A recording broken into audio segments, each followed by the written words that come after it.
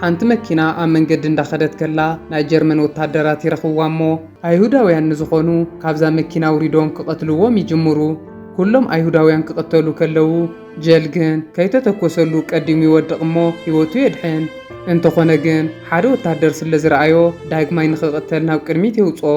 ሰላም ፍትዋት ተኸታተልቲ ፊልምና እዛ ኣይሁዳዊ ህይወቱ ካብ ሞት ንምድሓን ዘሕልፎ ላዕልን ታሕትን ተርእየና ፐርሽያን ለሰንስ ዘርእስታ ኣብ ሓቀኛ ታሪክ ዝተደረኸት ኣዝያ ጥዕምቲ ፊልም ሒዘልኩም መፅእ ኣለኹ። እዛ ፊልም ናብ ብዙሓት ሰባት ንኽትበፅሕ ላይክ ምባል ከይንርስዕ። ኣብ 1942 ኣብ ፈረንሳይ ብዙሓት ሰባት ዝፀዓነት ሓንቲ መኪና ኣብ ጫካ ትኸይድ ኣላ። ካብ መንጎ እዞም ተጓዓዝቲ ጂል ክሬሚየም ዝተባህለ ሓደ ኣይሁዳዊ ክኸውን ከሎ ጂል ኣብ ኢዱ ተሪፋቶ ዝነበረት ሓንቲ ሳንዱች ምስ ሓደ ኢራናዊ ብመፅሓፍ እንዳተቃየረ ንሪኦ። ብድሕሪኡ እቲ ኢራናዊ ኣብታ መፅሓፍ ትርከብ ፓፓ ትብል ሓንቲ ዛንታ ይነግሮ እሞ ጂል ድማ ዋላ እኳ ቋንቋ ይኽኣል ካብቲ መፅሓፍ ሓደ ቃላት ከንብብ ይፍትን። እዛ መኪና ኣሰራ ከይስማዕ ቀስ እናበለት ኣብቲ ጫካ እንዳኸደት ዒላ ኣብ መወዳእታ ግን ኣብ ኢድ ጀርመናውያን ወታደራት ትወድቕ እሞ እቶም ወታደራት ኣይሁዳውያን ዝኾኑ ካብታ መኪና ፈለዮም ውሪዶም ክቐትልዎም ይጅምሩ። ጂል ድማ እንታይ ክገብር ከም ዘለዎ ስለ ዝፈልጥ ከይተተኮሰሉ ቀዲሙ ይድቅስ እሞ ካብዞም ኩሎም ሰባት በይኑ ብሂወት ይወፅእ። እንተኾነ ግን ሓደ ወታደር ከም ዘይሞተ ስለ ዝፈለጦ ናብኡ ይቐርብ እሞ ክቐትልዎ ክብሉ ጂል ድማ ኣነ ኣይሁዳዊ ኮንኩን ይብሎም። ኣብዚ እዋን እዞም ወታደራት ኣይሁዳዊ ዘይምዃንካ እንታይ መረዳእታ ኣለካ ይብልዎ። ጂል ድማ ንሶም ከንብብዎ ዘይኽእሉ ብፐርስያኛ ዝተጻሕፈ ናይ ኢራን መጽሓፍ ሂቦም እሞ ወለዱ ኢራናውያን ምዃኖም ይነግሮም። ብዝገርም መልክዑ ኣብዚ ናይዞም ወታደራት ካምፕ እቲ ናይ ቤት ብልዒ ሓላፊ ኢራናዊ ተረኺብኩም ኣምጡ ኢልዎም ስለ ዝነበረ ንሶም ድማ ጂል ሓቀኛ ኢራናዊ መሲልዎም ናፍቲ ወዲ ሒዞሞ ይኸዱ። በቲ ሓደ ድማ እቲ ክላውስኮ ዝተባህለ ናይቲ ቤት ብልዒ ሓላፊ ኤልሳን ዝተባህለት ጸሓፊቱ ጽሕፈታ ስለ ዘይንበብ ይኹርየላ ኣሎ። ክላውስኮ ነቶም ወታደራት ኢራናዊ ተረኺብኩም ሒዝኩም ለይንዑ ክሽልመኩም እየ ኢልዎም ስለ ዝነበረ እዞም ወታደራት ንጂል ሒዞሞ ናብ ክላውስኮ ክኸዱ ከለዉ ካብ መንጎ እዞም ወታደራት ማክስ ዝተባህለ ጂል ሓቀኛ ኢራናዊ እዩ ኢሉ ስለ ዘይኣምን ዳተጠራጠሮ ንሪኦ። ክላውስኮ ድማ በቲ ማክስ ዘርአዮ ምጥርጣር ምኽንያት ንጂል ይፍትኖ እሞ ንሱ ኸኣ ካብቲ ኢራናዊ ሰምዓ ፓፓ ትብል ዛንታ ብምንጋር ሓቀኛ ኢራናዊ ምዃኑ የርድኦ። ብድሕሪኡ ክላውስኮ ንጂል ኣሚንዎ ኣብ ክሽነ ንኽሰርሕ ይምድዎ እሞ ኣብ ትርፊ ሰዓቱ ድማ ንክላውስኮ ፐርስያኛ ንኽምህሮ ይሰማምዑ። ንጽባሒቱ ሓደሽቲ ወታደራት ናብዚ ካምፕ መጺኦም ነናይ ባዕሎም ቁፅሪ ይወሃቦም። ጂል ድማ ምስዞም ወታደራት ኣብ ክሽነ ሰራሕተኛ ኮይኑ ስራሕ ይጅምር። ኤልሳ ነዞም ሓደሽቲ ሰራሕተኛታት ናይዚ ቦታ ሕጊ ክትነግሮም ከላ ኩሎም ስርሖም መጥዖም ክሰርሑ ከም ዘለዎምን እንተዘይኮይኑ ግን እንተተጋግዮም ናይ ሞት ፍርዲ ከም ዝፍረዶም ትነግሮም። ብድሕሪኡ ኤልሳ ተሓቢኣ ምስ ማክስ ይራኸቡ እሞ ምሸት ብሓደ ናብ ፓርቲ ንኽኸዱ ይሓታ። ማክስ ንጂል ክሪኦ ከሎ ሓቀኛ ኢራናዊ ይመስሎን። በቲ ሓደ ድማ ጂል ቅድሚ ሕጂ ንክላውስ ዝነገሮ ቃላት ንኸይርስዐን ደጋጊሙ እንዳተዛረበን ንሰምዖ።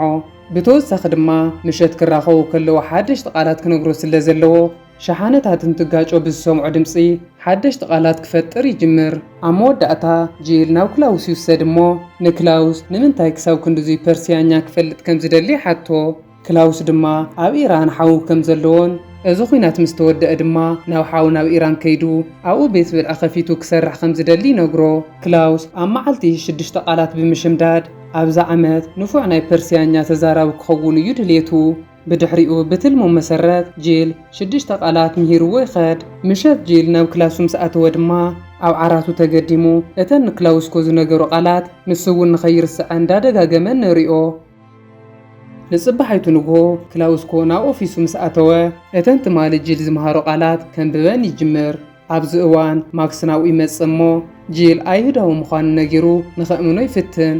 እንተኾነ ግን ክላውስኮ ኣብ ጂል ዋላ ሓደ ዘጠራጥር ነገር ስለ ዘይረኸበ ብሕርቃን ካብ መጀመርያ ጀሚርካ ኢኻ ከምዚ ትብል ዘለኻ ከምዚ ዓይነት ሰብ ክትከውን የብልካን ኢሉ ተቆጢዑ ይሰጎ። ማክስ ምስ ከደ ድማ ኤልሳ ትመጽእ እሞ ክላውስ ከዓ ጽሕፈታ ስለ ዘይፈትዎ ንዓኣ ሰጊጉ ኣብ ከክንደኣ ንጂል ጸሓፊኡ ይገብሮ። ክላውስ ንጂል 40 ቃላት ዝተጻሕፍዎ ወረቐት ብምሃብ ናይዚኦም ትርጉም ብፐርስያኛ ጽሒፍካ ምጸለይ ይብሎ። እዚ ዝሰምዐ ጂል ድማ ዋላ እኳ ዝገበረ ገይሩ 40 ቃላት ተፈጠረ ነርውዖም ግን ክሽምድዶም ስለ ዘለዎ ኣዝዩ እንዳተሻቐለ ንሪኦ።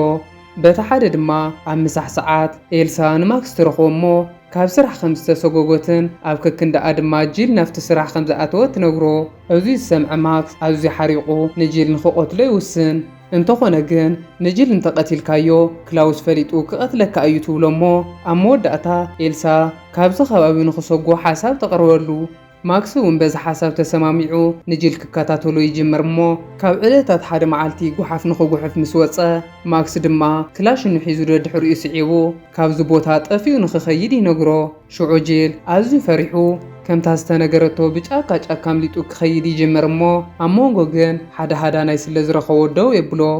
እቲ ሃዳናይ ምስ ጂል ክዕልል ከሎ ጂል ከም ዝፈርሐን ኣብ ከቢድ ሓደጋ ከም ዘሎን ይርዳእ እሞ ንሱ ድማ እዚ ከባቢ ብቦምባ ዝተሓፀረ ብምዃኑ ካብዚ ብሂወት ክትወፀይ ትኽእልን ናፍታ ዝነበርካያ ኢኻ ክትምለስ ዘለካ ይብሎ። በቲ ሓደ ድማ ማክስ ጂል ካብዚ ናይ ወታደራት ካምፕ ምስራሕ ኣቐሉ ኣብቲ ጫካ ኣትዩ ንኽቐትሎ ሓሲቡ ምስ ሓደ ወታደር ብምዃን ኣብቲ ጫካ እንዳደለዮ ንሪኦ። ኣብ መወዳእታ ሓደ ዝፈራረሰ ቤተ መቕደስ ይረክብ እሞ ኣብዚ ኣትዩ ተሓቢኡ ዝህሉ ብምባል ናብ ውሽጢ ኣትዩ ይደልዮ። እንተኾነ ግን ክረኽቦ ስለ ዘይከኣለ ናብ ካምፕ ይምለስ እሞ ጂል እውን ናይቲ ሃዳኑ ምኽሪ ሰሚዑ ናብቲ ቦታ መፂኡ ምስ ረኣዮ እዛ ምሽጥሩ ንኸይትፍለጥ ኣዝዩ ይስንብድ። ጂል ናይ ክላውስ ሓድሽ ጸሓፊ ስለ ዝኾነ ክላውስ ሒዝዎ ናብ ቤት ጽሕፈቱ ይኸይድ እሞ ናይ ኩሎም እሱራት ሽም ዝርዝር ብምሃብ ነናይ ሕድሕዶም ማህደር ብጥንቃቐ ክሕዞ ከም ዘለዎ ይነግሮ። ክላውስ ናብ ስርሑ ምስ ከደ ጂል እተን ተርጉምካ ምጻየን ዝተባሃላ 4 ቃላት ተሻቒለንኦ ክሓስብ ይጅምር። ኣብ መንጎ ግን ናይቶም እሱራት ሽም ዝርዝር ክርኢ ከሎ ካብዚ ሽማት 4 ቃላት ከም ዘውፅእ ይርኢ እሞ ናይተን ብጀርመንኛ ዝተዋህቦ 4 ቃላት ትርጉም ዝኾና ሓደሽቲ ቃላት ይፈጥር። ክላውስኮ ድማ ናይተን ዝሃቦ 4 ቃላት ትርጉም ከም ዘምፀሉ ይርኢ እሞ ኣዝዩ ተሓጒሱ ብሓደ ኮይና ንበለን ይብሎ። እቲ ጎራሕ ጂል ከዓ በቐሊሉ ንኸይርስዐን ምስ ናይቶም እሱራት ሹም ዝርዝረት ተሓሒዝዎን ስለ ዝነበረ ናይቶም እሱራት ሹም እንዳዘከረ ምስኡ ክትርጉም ይጅምር። ንጽባሒቱ ጂል ነቶም እስራት ፀብሒ ክፀብሐሎም ከሎ ነተን ትርጉም ኢሉ ዝነገሩ ቃላት ከይርስዐን ስለ ዝፈርሐ ነቶም እሱራት በተን ቃላት እንዳፀውዖም ንሰምዖ። ክላውስ ከዓ ምስ ሓላፊኡ ክዕልል ከሎ ክላውስ ሓወብ ኢራን ከም ዘሎን እዚ ጦርነት ምስ ተወደአ ድማ ንሱ እውን ፐርስያኛ ክኢሉ ኣብታ ሃገር ክነብር ከም ትደሊ ይነግሮ። እቲ ሓላፊ እውን ብናይ ክላውስ ፍቕሪ ቤተሰብ ሕጉስ ኮይኑ ሓደ ነገራት እንዳዕለሉ ይጸንሑ እሞ ኣብ መወዳእታ ኣጋይሽ ስለ ዝመጽዎም ፍልይ ዝበለ ምግቢ ንኸዳሉ ይነግሮ። ንምሸቱ ክላውስ ምስ ጂል ኮይኑ ኣብዚ ቦታ ቅድሚ ሕጂ ቀሪቡ ዘይፈልጥ ምግቢ ክሰርሑ ይጅምሩ። ምግቢ እንዳሰርሑ ከለው ብዛዕባ ናይ ቋንቋ መጻጻ ክዕልሉ ይጅምሩ እሞ ኣብ መንጎኡ ክላውስ ፍቕራዊ ቃላት ክፈልጥ ስለ ዝደሊ ሓደ ፍቕራዊ ቃላት ይሓቶ እሞ ጂል ድማ ከምቲ ኩሉ ግዜ ዝገብሮ ሓደሽቲ ቃላት ምሂዙ ይነግሮ። ንጽባሒቱ እቶም ኣጋይሽ መጺኦም ፍልይ ዝበለ ፕሮግራም ይዳሎ። ኣብቲ ፕሮግራም ማክስ ኣኮርዲዮን ሒዙ መጺኡ ክጻወተሎም ከሎ ክላውስ ምስቶም ናይ ክሽነ ሰራሕተኛታት ኮይኑ ምግቢ ዝብልዐሉ ቦታ የዳሉ። ናብዚ ፕሮግራም ኤልሳ ተዓዲማ መጽያ ስለ ዝነበረት ምስ ማክስ ክዕልሉ ከለው ክላውስ ከዓ ናብ ጂል ከይዱ ተኽሊ ብፐርስያኛ እንታይ ይበሃል ኢሉ ይሓቶ። ጂል ድማ ዓንተዎ ባነ ንምባል ተጠቒሙሉ ዝነበረ ቃል ረሲዕዎ ንተኽሊ እውን ተመሳሳሊ ቃል ይነግሮ እሞ ክላውስ ይሕስዎ ከም ዘሎ ፈሊጡ ክቕጥቅጦ ይጅምር። ጂል ከዓ ኣብ ፐርስያኛ ንዝተፈላለዩ ቃላት ሓደ ዓይነት ሽም ክህልዎም ከም ዝኽእል ብምንጋር ንኸረጋግኦ ይፍትን እሞ ክላውስ ግን ከኣምኖ ስለ ዘይከኣለ ጽቡቕ ገይሩ ቀጥቂጡ ናፍቶም እሱራት ዝርከብሉ ቦታ ንኽውሰድ ይእዝዝ። ብድሕሪኡ ጂል ናፍቶም እሱራት ይውሰድ እሞ ከም ኩሎም እሱራት እምኒ እንዳፈለጸ ክውዕል ይጅምር። እቲ ካብ መጀመሪኡ እውን ኣዝዩ ዝጸልኦ ዝነበረ ማክስ ከዓ እዚ ዓድል ብምርካቡ ኣዝዩ ተሓጒሱ ደድሕሪኡ እንዳኸደ ክከታተሎ ይጅምር። እዞም እሱራት ንእሽተይ ምግቢ በሊዖም ልዕሊ ዓቕሞም ስለ ዝሰርሑ ጂል ቀልቡ ስዒቱ ይወድቕ እሞ ንኽዕርፍ ምስ ደቀስዎ በቲ ዝፈጠሮ ሓድሽ ቋንቋ ከህተፍትፍ ይጅምር። ኣብዚ እዋን እቶም ዋርድያታት ንክላውስ ፀዊዖም እቲ ዘጓነፈ ይነግርዎ እሞ ክላውስ ንጂል ክሰምዖ ከሎ በቲ ዝፈጠሮ ቋንቋ ናብ ኣዲኡ ክኸይድ ከም ዝደለየ ይዛረብ ስለ ዝነበረ ክላውስ ጂል ሓቀኛ ቋንቋ እዩ ይምህረኒ ኢሉ ሓሲቡ ቀልጢፉ ምእንቲ ክድሕን ናብ ናይ ወታደራት ሆስፒታል ይሰዶ። ድሕሪ ዝተወሰነ መዓልታት ድማ ጂል ኣመሓይሹ ይምለስ እሞ ክላውስ በቲ ዘጓነፈ ነገር የቕሬታ ሓቲቱ ካብ ሕጂ እንድሓር ትምህርቶም ክጅምሩ ምዃኖም ይነግሮ። በቲ ሓደ ድማ እቶም ተሓቢኦም ዝራኸቡ ኤልሳን ማክስን ብሓደ ሓዲሮም ንጽባሒቱ ኣብ ስራሕ ምስ ተራኸቡ ብዛዕባ ሕድሮኦም ክዕልሉ ይጅምሩ እሞ ሓንቲ መሳርሕቶም ግን ተሓቢኣ ሚስጥሮም ሰሚዓ ትሰምዖቶ ናብ ክላውስ ብምኻድ ትነግረሎም።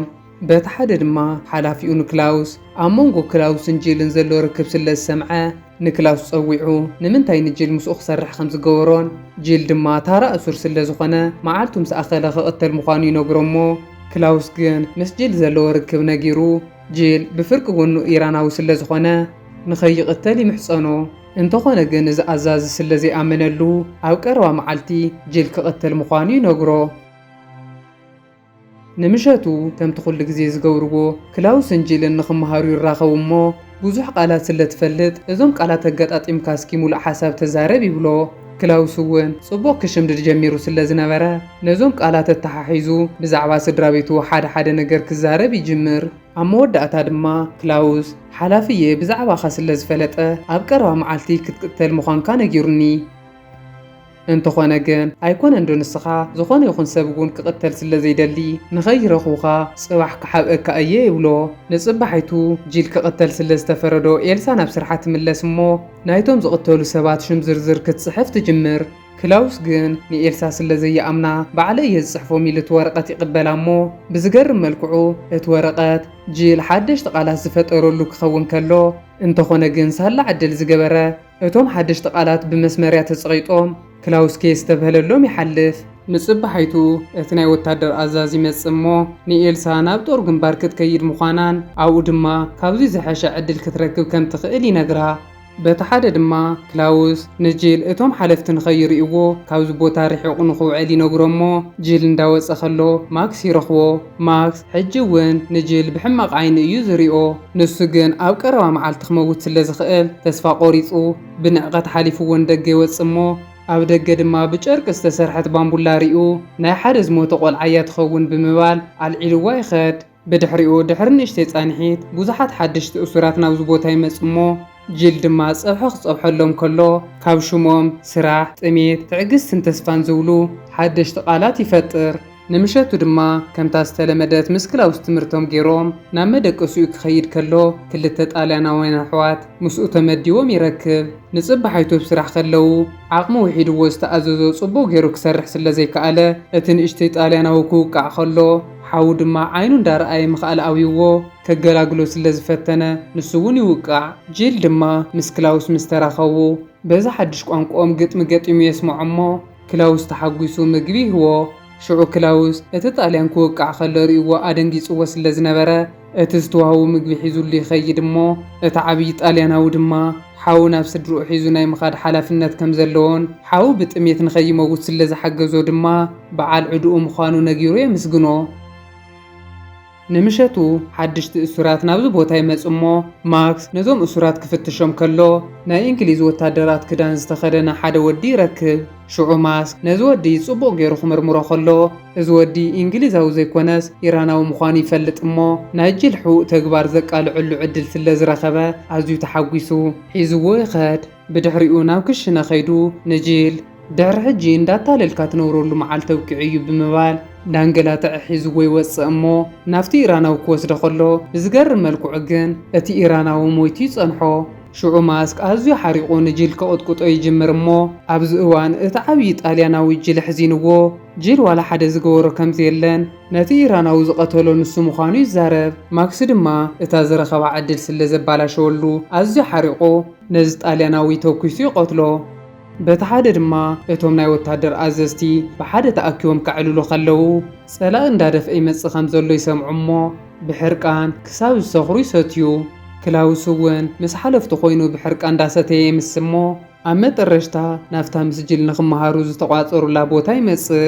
ክላውስ ኣብ ስኻር መንፈስ ኮይኑ ንጂል ካዕልሎ ከሎ ናይ ናዚ ወታደር ብምዃኑ ሕጉስ ኣይኮነን።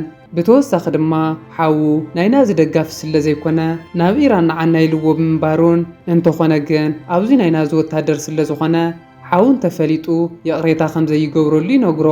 ጂል ድማ ናይ ሓው ውሳነ ትኽክለኛ ምንባሩን ወታደር ካብ ምዃን ኣብቲ እዋን ምስ ሓው ኸይዱ ኣብ ኢራን ክነብር ከም ዝነበሮ ይነግሮ። ቀፂሉ ድማ ጂል ናብ ናይ ባዕሉ ህይወት ተመሊሱ ክዕልል ይጅምር እሞ ከምቲ ሕጂ ዝገብሮ ዘሎ ሎሙዶ ጽባሕ ክመውት እንዳበል እንዳሓሰበ ምንባር ኣዝዩ ከም ዝሰልቸዎ ይነግሮ። ክላውስ ድማ ናይ ወዲ ሰብ ህይወት መጨረሻ መዓዘ ምዃና ስለ ዘይፍለጥ ንኹሉ ነገር ተስፋ ገይሩ ንኽሓልፎ ይመኽሮ። ጅል ግን በዚ ነገር ስለ ዘይኣምን ተስፋ ቆሪጹ ናብ መደቀሲኡ ይኸይድ እሞ ኣብ መደቀሲኡ እቲ ንእሽተይ ጣልያናዊ ጽባሕ ከቐተል ምዃኑ ይነግሮ። ሽዑ ጅል ተስፋ ስለ ዝቆረጸ ኣብ ከክንዲ ዝወዲ ንሱ ንኽመውት ይውስን እሞ እቲ ወዲ ንምምሳል ጃኬት ይቕይሮ። ንጽባሓይቱ ንግሆ እቶም ንሞት ዝተፈረደሎም እሱራት ናፍቲ ዝቐተሉሉ ቦታ እንዳኸዱ ንርኢ። በቲ ሓደ ድማ ክላውስ ምስ ሓደ ናይ ወታደር ኣዛዚ ምግቢ እንዳበልዓ ኸሎ እቲ ኣዛዚ ጅል ንኽቕተል ምስቶም ሰባት ተኣኪቡ እንዳኸደ ስለ ዝረኣዮ ንክላውስ ካብ ጅል ክትፍለ መሪፅካ ንኽቕተል ስለ ዝፈረድካሉ ጽቡቕ ውሳነ ኢኻ ወሲንካ ይብሎ እሞ ክላውስ ግን ጅል ንኽቕተል ይውሰድ ከም ዘሎ ስለ ዘይፈለጠ ብሕርቃን ተሲኡ ናፍቲ ንጅል ክቕተልሉ ዝኸዱ ቦታ ጉዕዞ ይጅምር።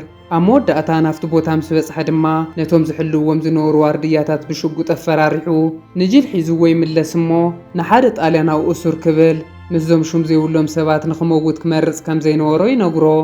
ጅል ግን ኣብ ህይወት ተስፋ ቆሪጹ ስለ ዝነበረ ቅድሚ ሕጂ ገይርዎ ዘይፈልጥ እዞም ሰባት ንዓኻ እዮም ሹም ዘይብሎም እምበር ክቡራት እዮም። ብተወሳኺ ድማ ዋላ እኳ ንስኻ ሰብ ተዘይቀተልካ ንቐተልቲ ስለ ትቕልብ ዘለኻ ንስኻ እውን ገበነኛ ኢኻ ይብሎ። ንምሸቱ እዚ ናይ ወታደር ካምፕ ብፈንጂ ተወቂዑ እቲ ከባቢ ክርበሽ ይጅምር።